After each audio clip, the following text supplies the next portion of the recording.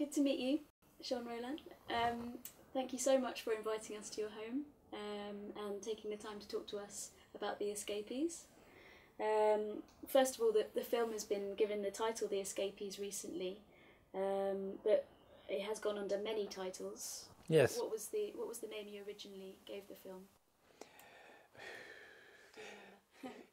Le premier titre, c'était Les Paumés. And what's the translation of that? The Lost One. Lost one. Okay. A kind of slang, you know. Okay.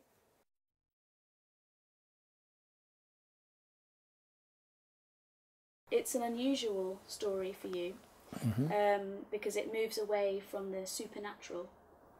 Yeah, of course, but mon producteur habituel, qui était André Samar, m'avait dit, avec ses associés, Jean Rollin, il y en a assez des histoires de vampires, enough with those vampires movies, and try to do a real film with a real story. So they had to me a professional scriptwriter, which name was Jacques Ralph, and I had to give to him the script I have write. En fait, ce scénariste n'est pas un très bon scénariste. Je peux le dire, maintenant il est mort. Mais il était incapable d'écrire un texte cohérent. Ses dialogues étaient emphatiques, étaient très mélodramatiques, plein de lieux communs et de clichés. Un lieu commun et un cliché, ce sont des choses qu'on a déjà vues 1000 fois ailleurs, qui sont bon, c'est pas des choses valables. Alors, je me suis trouvé au moment du tournage avec 2 scénarios. Mon premier script et puis le sien. Et c'était très très différent. Et j'étais très très embêté parce que j'étais sans arrêt obligé de passer d'un scénario à l'autre. Alors, quand une scène que j'avais écrite me plaisait bien, je la prenais dans mon script. Puis quand il y avait tout d'un coup ça pêchait un peu, j'allais chercher le sien. Alors le film s'est trouvé très très déséquilibré. Et il avait fait des dialogues absolument interminables. Par exemple, la scène de la patinoire était écrite par lui. Et bon, ça parlait, they talk, without ending. It was terrible. J'aurais tourné son script, j'arrivais à un film de 3 heures. C'est impossible. Alors il a fallu tailler dans tout ça, il a fallu jongler complètement avec ce scénario. Je ne parle même pas de découpage, il n'y a pas eu de découpage. Mais bon, alors le film en a beaucoup souffert. Et après, quand tout a été terminé, du fait de ces 2 scripts qui m'ont sans arrêt gêné, qui se sont bousculés, etc., j'ai un petit peu abandonné le projet. On l'a montré à 2 ou 3 distributeurs, 2 ou 3 exploitants qui ne l'ont pas pris. Et puis, bon, j'ai dit, bon, bah, c'est un film qui ne verra jamais le jour. Et puis je ne l'aimais plus beaucoup à ce moment-là. Je commençais à me dire, oui, je me suis trompé, j'aurais pas dû faire ça, etc. etc. Bon. Et puis le temps passant, j'ai des amis qui l'ont vu, qui m'ont dit, mais c'est pas si mal, on devrait pouvoir en faire quelque chose. Et là, tout d'un coup, je l'avais pratiquement oublié, ce film. Et puis, à force, après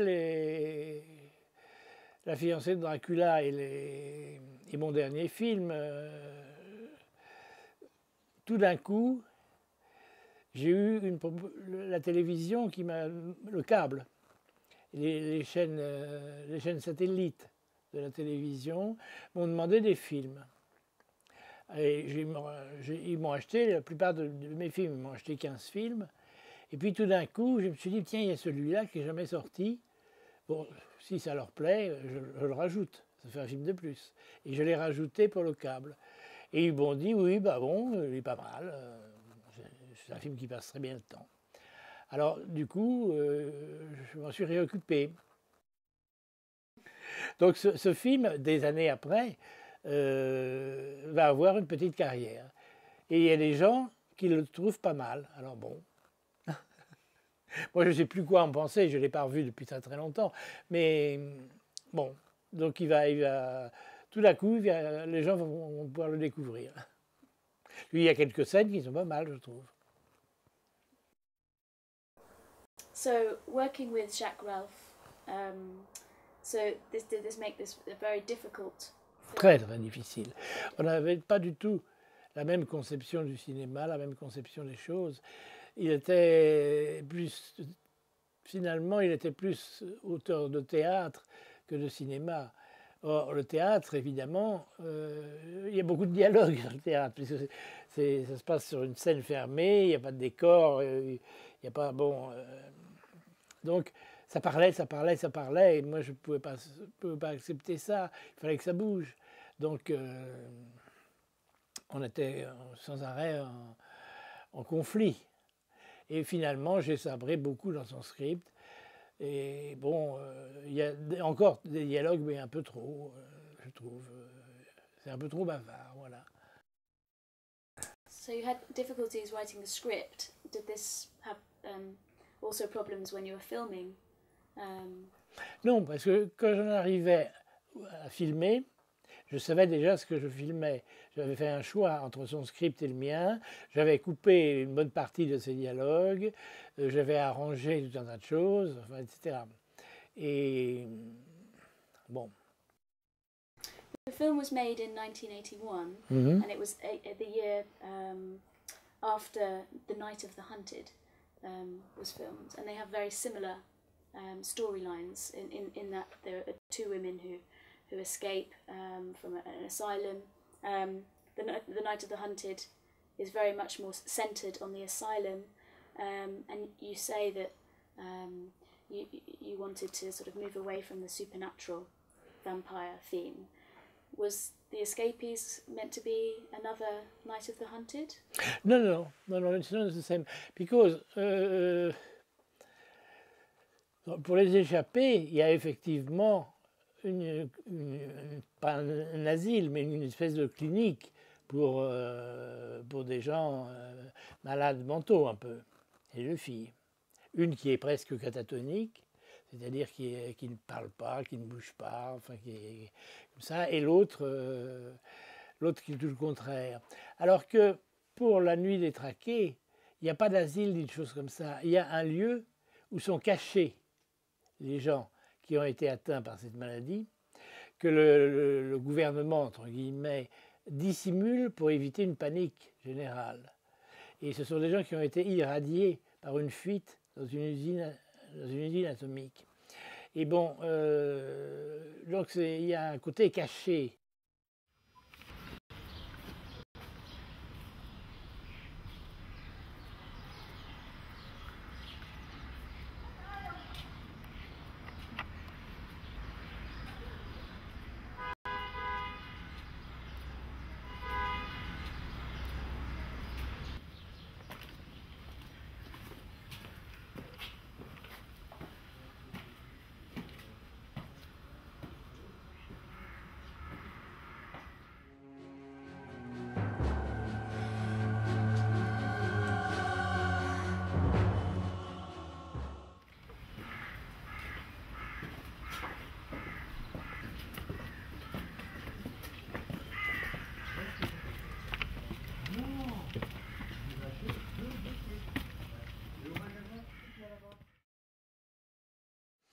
Bon, par exemple, quand je tourne au Père-Lachaise, au cimetière du Père-Lachaise, c'est tellement riche en décors, parce qu'évidemment, il y a les tombes, il y a les croix, il y a tout ça, que chaque fois, la mise en scène vient d'elle-même. Il y a toujours un premier plan, une amorce, quelque chose pour remplir l'image, pour construire une image, un cadre. Et bon, donc ça ne peut pas être découpé sur le papier, parce que si je découpais, je choisissais un cadre, par exemple, quand je vais tourner, 15 jours plus tard ou un mois après, je vois tout de suite différemment. je vois un autre axe, un autre angle. Là où j'avais mis un gros plan, je vois un plan d'ensemble, etc. Donc le découpage ne vaut plus rien. Donc c'est pas la peine de le faire.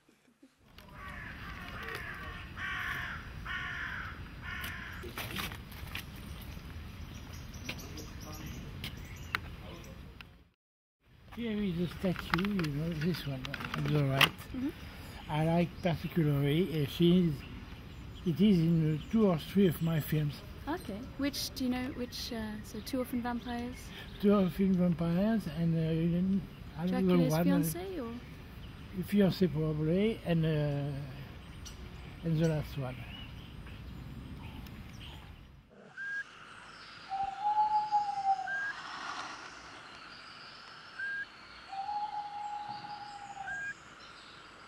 Viens, rentrons. You know, if you are there, you can put the cross in first plane, and behind you have the statue. It's an interesting angle.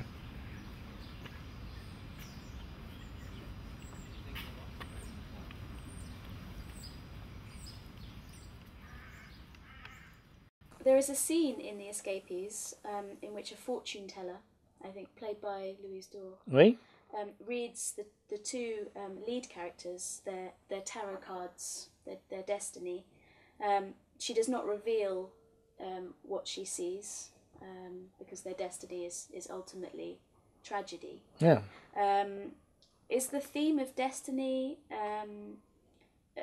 merely a plot device for you to create some suspense, or is it something that appealed to you personally? Is something that's significant to you? Or?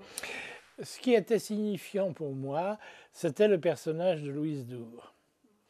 Louise Dore est une amie très chère que j'ai utilisée pour la première fois dans Requiem pour un vampire, qui avait, je trouvais, une grande présence. Et je l'ai réutilisée par la suite dans ce qui a été son plus grand film, c'est Les Démoniaques. C'était un soir de grand vent, c'était une nuit de tempête, fracassée sur la roche. Où elle chante, et là aussi elle chante dans Les Échappés. Et bon, c'est ce personnage un peu mystérieux, un peu hors du temps, qui est celui de Louise Dore, que je voulais faire vivre dans Les Échappés. C'est-à-dire, je voulais profiter des différents personnages qui intervenaient dans le film pour faire un peu des portraits de personnages, d'acteurs. Donc il y a un portrait de Louise Dore, par exemple, qui est proche de ce qu'est Louise Dore dans la réalité. Et puis, en fait, les deux filles qui se sauvent dans Les Échappés agissent comme des révélateurs.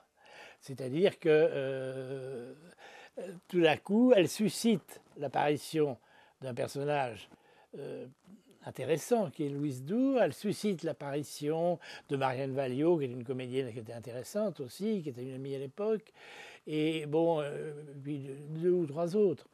Et tout ce qui les environne, tout ce qu'elles suscitent comme approche d'acteurs différents, forme une espèce de réunion de personnages marginaux, de personnages bizarres qui évoluent autour d'elle. Et c'est un peu l'idée que j'avais à ce moment-là. If we could just talk about how the film was financed, who or how was The Escapees financed? The money. Oh, very, very little money. Yeah. A part is my own money, a great part, and around there was some people who were working with me many times. Do you think that if you had been given more money, that The Escapees would have been a very different film? Certainly, certainly. And how would you? What would be your vision for a high-budget Escapees? Par exemple, il y a une scène qui était importante pour moi, qui aurait pu être une très belle scène. C'est la scène des forains dans le milieu des gares maritimes. il y a les bateaux, le port, les gares, et puis il y a cette espèce de baraque foraine avec des danseuses africaines, etc., et les filles qui sont là aussi. Et ça aurait pu... J'ai eu très peu de temps pour le tourner, j'ai eu une nuit pour le faire. Or, j'aurais pu avoir 5 ou 6 nuits. Et alors faire ça plus découpé, plus travaillé. Par exemple, quand le soir, au moment de la représentation, quand les marins arrivent pour assister à ça, ils arrivent tous d'un seul coup. J'aurais voulu en faire qu'ils viennent d'un côté, d'autres de l'autre, qu'il y ait une petite foule qui s'amasse comme ça, mais pas d'un seul coup tout le monde qui arrive, bon, etc., etc. Et puis le spectacle lui-même est il y a très peu de choses. Il y a une fille qui danse, etc. J'aurais voulu en faire plus. J'aurais voulu créer un univers comme ça de ces espèces de danseuses minables, de baraques foraines. C'était un univers très intéressant à fouiller. Je pouvais... Ces filles qui n'ont pas d'existence professionnelle, qui n'ont pas de métier, ces deux filles qui s'évadent, qui se trouvent tout d'un coup confrontées avec deux danseuses africaines, etc., dans un monde exotique, différent, qu'elles ne connaissent pas. Ça pouvait s'approfondir. Bon, et puis alors, de même que quand elles se trouvent dans la boîte de nuit où chante Louise, elles sont tout à fait à l'aise. Bon, ça aurait été différent. J'aurais pu les faire rencontrer, Louise et les gens qui travaillent là. Il y a une serveuse qui est aussi une comédienne intéressante. Bon, tout ça, ça pouvait faire une approche d'un autre monde différent pour ces deux filles qui n'ont pas d'univers. À elles, puisqu'elles viennent d'une institution, elles sont enfermées. Donc tout d'un coup, elles se trouvent à découvrir le monde extérieur. Et alors il y a l'univers des danseuses de Beuglan, des danseuses foraines. Bon, il y a l'univers de Louise et de son cabaret. Et puis il y a l'univers des espèces de personnages louches qui sont les bandits à la fin. Et les filles qui organisent une espèce de soirée comme ça, légère, avec ces deux filles, et bon, qui finalement ça tourne au massacre. Mais ça aussi, c'est un troisième monde. Et chaque fois, elles se trouvent confrontées à un monde différent, qu'elles ne connaissent pas et qui sont des mondes marginaux. Et bon, et ça finit forcément par éclater en drame. There is a very memorable scene in The Escapees in which Christiane Koppe shows her ice skating skills. Mm-hmm. Were you looking for an ice skater, or was this a scene that was written for her, to show off her skills, or? J'avais une idée de faire une scène dans une patinoire. Pas forcément cette scène-là, mais une scène dans une patinoire, parce que patinoire est un endroit qui m'excitait à l'époque. J'avais envie de ça, j'avais envie d'une patinoire. Bon.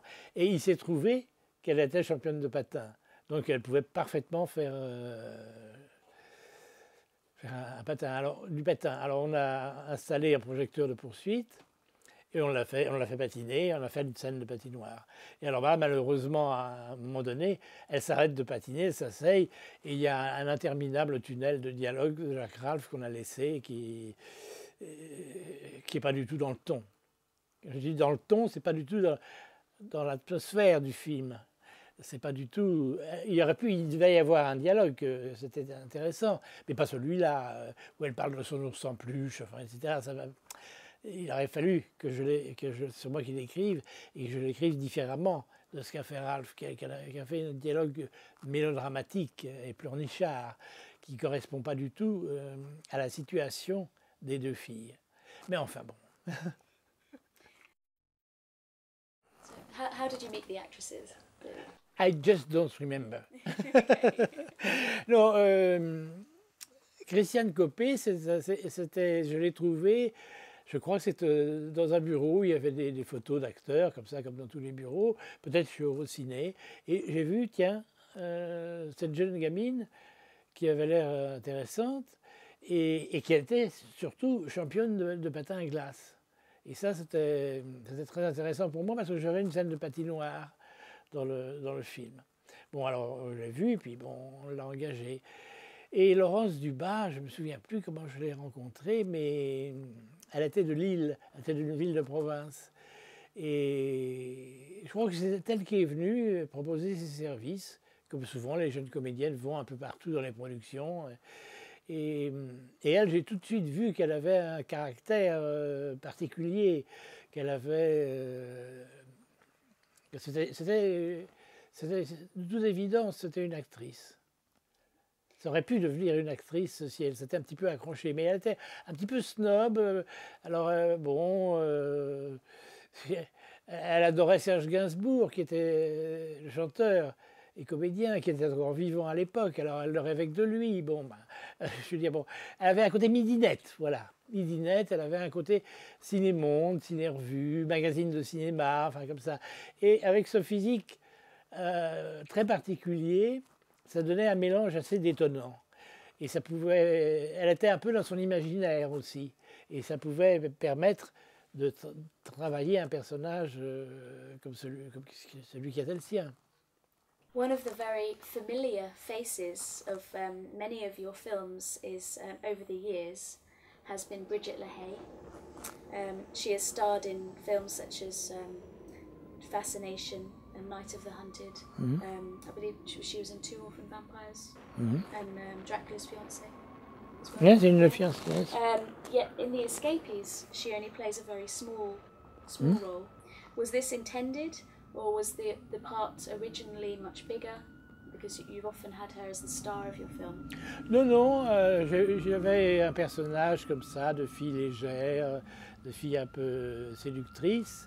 Et on cherchait quelqu'un, et j'ai dit, mais en fait, ça serait très bien pour Brigitte.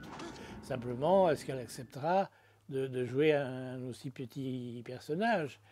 Mais bon, dès que je lui ai demandé, elle l'a fait, parce que on est suffisamment amis pour que je lui dise, écoute, c'est un petit truc que je te propose, ça me ferait plaisir que tu le fasses. Alors elle l'a fait. Et d'ailleurs, elle est belle dans ce film, elle est bien dans cette séquence. Mais bon, elle mérite mieux que ça, évidemment. Dans La Fiancée de Dracula, elle a un vrai rôle. Là, c'est un petit peu une parenthèse pour elle, mais c'est bien qu'elle l'ait fait. Ça m'a fait plaisir qu'elle et sa copine de l'époque, qui était Pascal Vital, fassent ce rôle. I notice in The Escapees, you have moved away from telling stories of old aristocratic families and moved towards telling the story of much poorer people who live on the streets. I also noticed this in some other films, such as Sidewalks of Bangkok, some of your later films. In The Escapees, there is a poignant scene where Michelle talks about her life and how she knows the streets, how she's lived on the streets. I just wondered if this was significant for you, the fact that this marked a change from your usual kind of telling a story about the aristocracy, and perhaps it had something to do with the mood of the time. Et bien sûr, pour un film de vampire qui nécessite un château, des personnages caractéristiques, évidemment, on peut faire référence à l'aristocratie, au côté ancien, au côté vieille famille, au côté fantôme familier qu'ont les gens de cette époque-là. Ça rend plus crédible une malédiction ancestrale et des vampires. Bon, ils sont plus crédibles dans ce contexte-là. Par contre, pour les échappés, ça rejoint le premier titre, Les Paumés. Comment expliquer le mot paumé en anglais? Elles sont perdues. Ce sont des filles perdues qui n'ont pas une famille, qui n'ont pas des structures solides. Donc c'est pour ça qu'elles sont d'ailleurs en clinique. Hein. Et sont des enfants des rues, si vous voulez, un peu. Et quand elles s'évadent, forcément, elles rencontrent des personnages de ce type-là. Des danseuses africaines de music hall qui sont devenues des forains, en quelque sorte. Louise, qui est une foraine, quelque part, aussi. Louise Dour. Et puis le jeune homme qui est un marin, enfin tout ça, c'est ce milieu-là qui est différent de celui des vampires et des châtelains. Bon, donc forcément, ce qui se passe, ce qui leur arrive, est ce qui peut arriver à ce type de personnage. Et ce ne sont pas Bon, ces deux filles rencontreraient un vampire, ça prêterait à rire. Parce que ce ne sont pas des personnages style banlieusarde, style loubarde, on dit en français, des loubardes. Ce style-là, ce n'est pas des personnages qui vont rencontrer des vampires. Mais c'est des personnages qui vont rencontrer des salopards comme ceux qui vont essayer de les séduire, enfin, etc. Voilà. Bon, donc forcément, ça s'engage dans des voies différentes de celles de mes vieux films, où c'était le côté antique malédiction, etc. etc. C'était le côté chien des Baskerville dans mes vieux films. Yeah. You know, Hound of the Baskerville. Bon, le vieux châtelain, avec le chien qui tue les membres de sa famille, enfin, etc. Bon, c'est tout à fait une structure particulière, que j'aime bien aussi d'ailleurs, qui est pas qualitatif, mais tandis que ces filles-là, c'est différent. Elles viennent d'un autre monde, et tout aussi passionnant d'ailleurs, mais il n'arrivera pas les mêmes aventures ou mésaventures que dans les films de vampires que j'avais fait avant. There is one shot in the film which is from the Fantastic. Which one? Did you have seen just one? Elle part avec le corps de sa copine, elle arrive devant une grille, et tout d'un coup, elle se retrouve de l'autre côté de la grille. C'est-à-dire, she crossed the grille by herself. Et elle passe à travers, en fait. Et ça peut être symboliquement, elle passe à travers le miroir, si vous voulez. Mais elle fait quelque chose d'impossible. Elle passe à travers la grille. Mais bon, il faut vraiment... personne ne remarque ça, mais bon... Okay. Thank you very much. You're welcome.